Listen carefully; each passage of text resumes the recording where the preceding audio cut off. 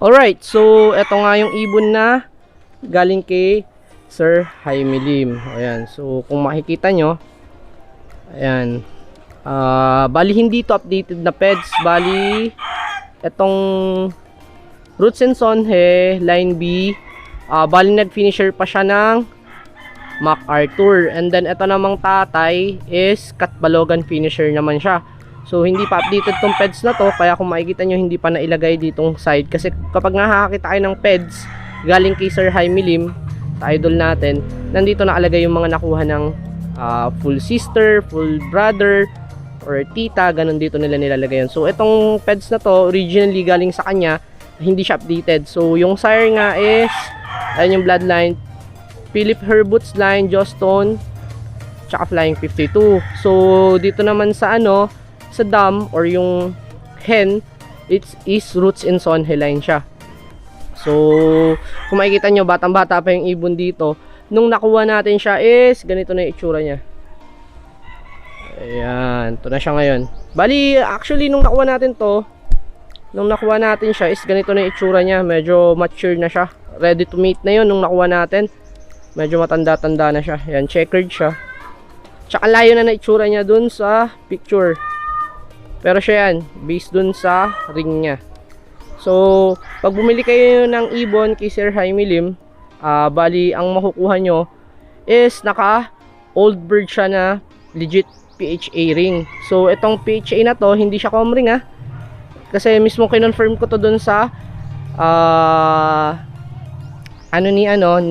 Lofman ni Sir Jaime Lim, si Miguel. Ang mga sinasalpak nila dun na ring is hindi com ring.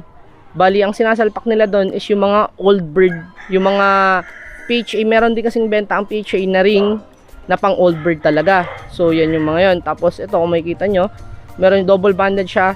Yung isang ring niya naman is nakalagay sa Advanced Harvest Loft, Intramuros, Manila. So, kung napapanood yung mga vlog natin, nung pumasyal tayo kay Sir Jaime Lim, doon mismo sa loft niya, nasa Intramuros, Manila mismo yung ibon niya. Kasi doon nakalagay sa Walled City ng Intramuros. Isipin nyo yun, kung gaano kamahal ang lote doon. Nandun nakalagay yung bahay niya, sa taas ng bahay niya nandun yung loft niya. So ayan, pinangalanan ko pala siyang Rumi.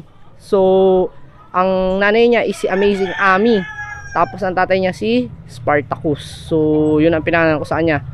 So i-flash na lang natin sa screen yung parents ni Rumi. So si Spartacus yung cock, tapos si Amazing Ami yung hen. Siya naman tinawag kong si Rumi. So ito nga si Spartacus, finisher siya ng Katbalogan.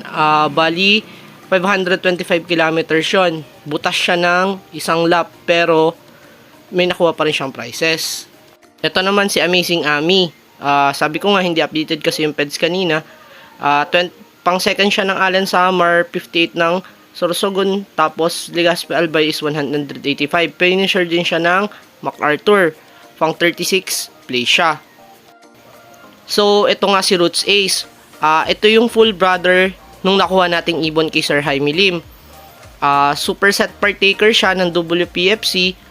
Tapos pinsan niya rin si Balileng Blue. So kung makikita nyo dyan, katulad nga ng sinabi ko, pag updated yung peds is makikita nyo kung ano yung nakuha ng parents niya at mga pinsan niya. So itong kapatid niya is complete clacking yan. Ayan, kung makikita nyo, yan yung mga clacking niya nung North Race. So solid din, okay din yung nakuha nating ibon kay Sir Jaime Lim. Ito nga, kumana nga yung full brother nung nakuha natin. Roots Ace naman yung pangalan nito. So balik tayo dun sa peds. Ayan, ito yung peds natin.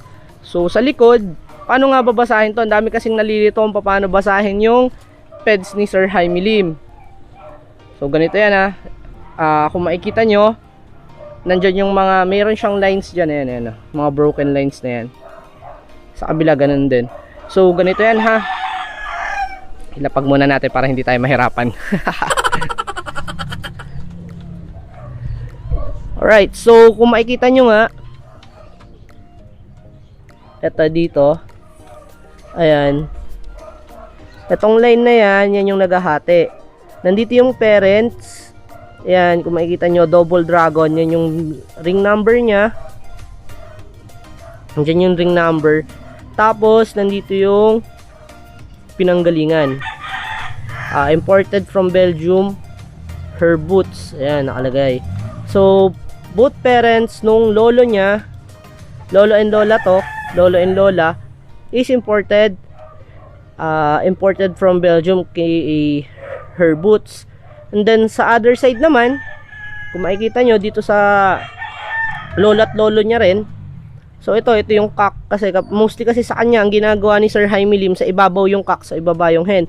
So ito dito, ito yung cock, ito yung hen. So pag pinagsama mo yan, ito na naman yung magiging cock niya, ito yung magiging hen. Okay, nakakasunod pa ba tayo? So yun na. And then para hindi kayo malito dun sa hati nung line, tandaan nyo to, nandito yung mismong, ito yung mismong ibon, no? Ito yung mismong nakuha natin. Hati yan papunta dito. Hati yan papunta dyan, ha. So, ang pairing na nung sumunod, dito na balik tayo. PHA, hindi ko ano to, PG, PGRZL, Beyond Limits, Jawstone. So, most probably siguro, Grizzle to.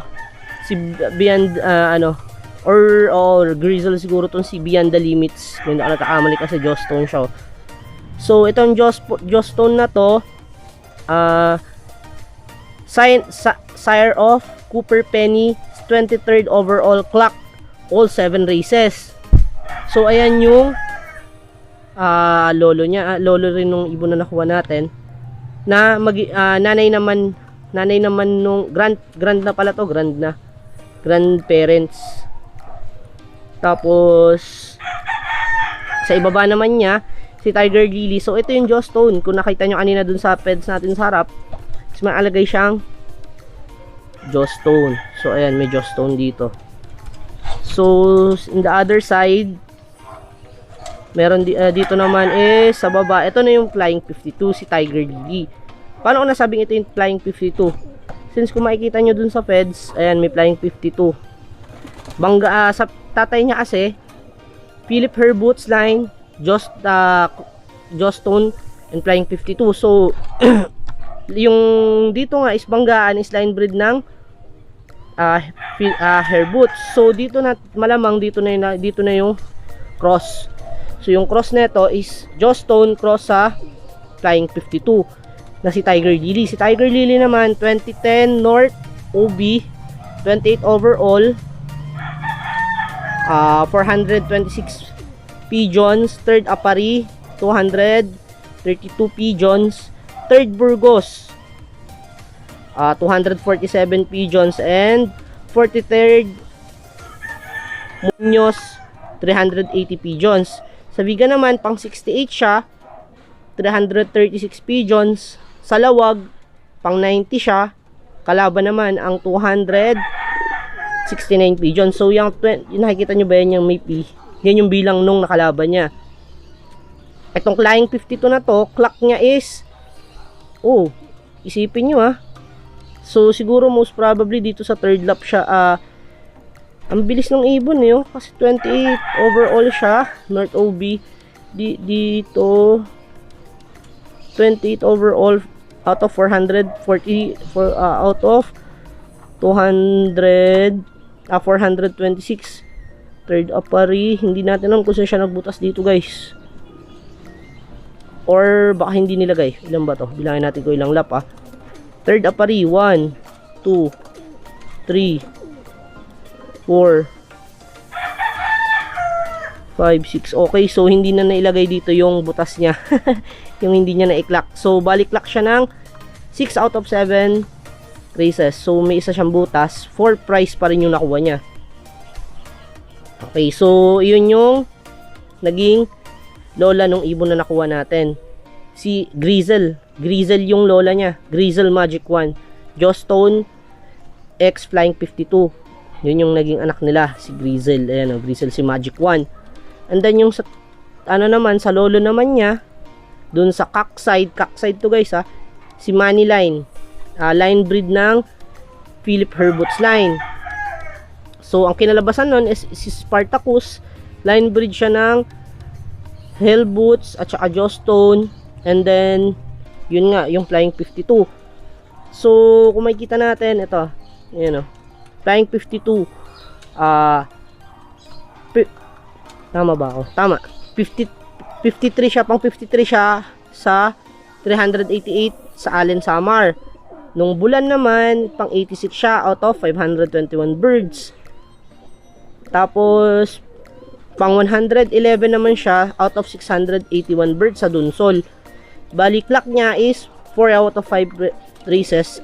At, nakakuha pa rin siya, still nakakuha pa rin ng 3 prize. So, yun yung sa cockside nung nakuha nating ibon. So, ganun lang siya magbasa guys ha. Marami kasi napapansin ko, pag nagbabasa na nung peds ni Sir Jaime Limis, nagkakamali na sila. So, hati yan. Bali, kung dito makikita nyo yung ring number, and then kung pangalan ng ibon niya, nung ibon na yon, then sa baba nun, yan, makikita nyo yung broken line. After nun, dun nyo na makikita yung line or kung saan galing yung ibon. So, dito naman tayo sa hen side. So, sabi ko nga, ito yung gitna. Yan. So, ito na yun. Si Barcelona Hero. Ito yung direct na na-import. Kung hindi ako nagkakamali, oo, ito na siguro yung direct na na-import. Or, ito yung parents nung nakuha mismo ni Sir Jaime Lim. Parents nung mismo nakuha niya.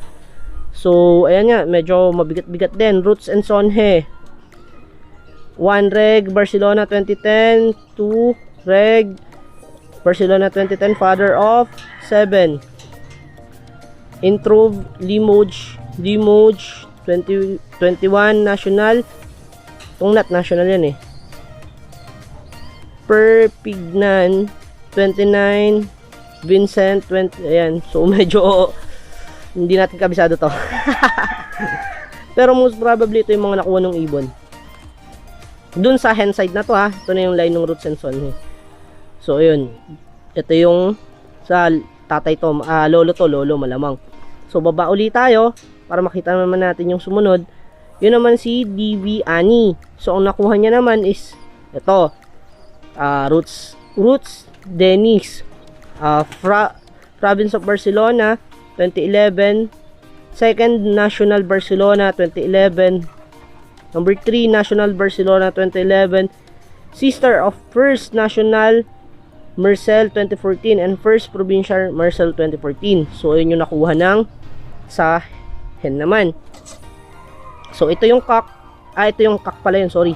So itong sa hen naman, Bold Barcelona, Roots and Sonhe, Second Regular Barcelona 10, Fourth National Barcelona 10. So sa ito naman yung hen. Ito na yung hen, yan. So Petit Beloki, yan. Kasi yan, so ito yung mga nakuha niya.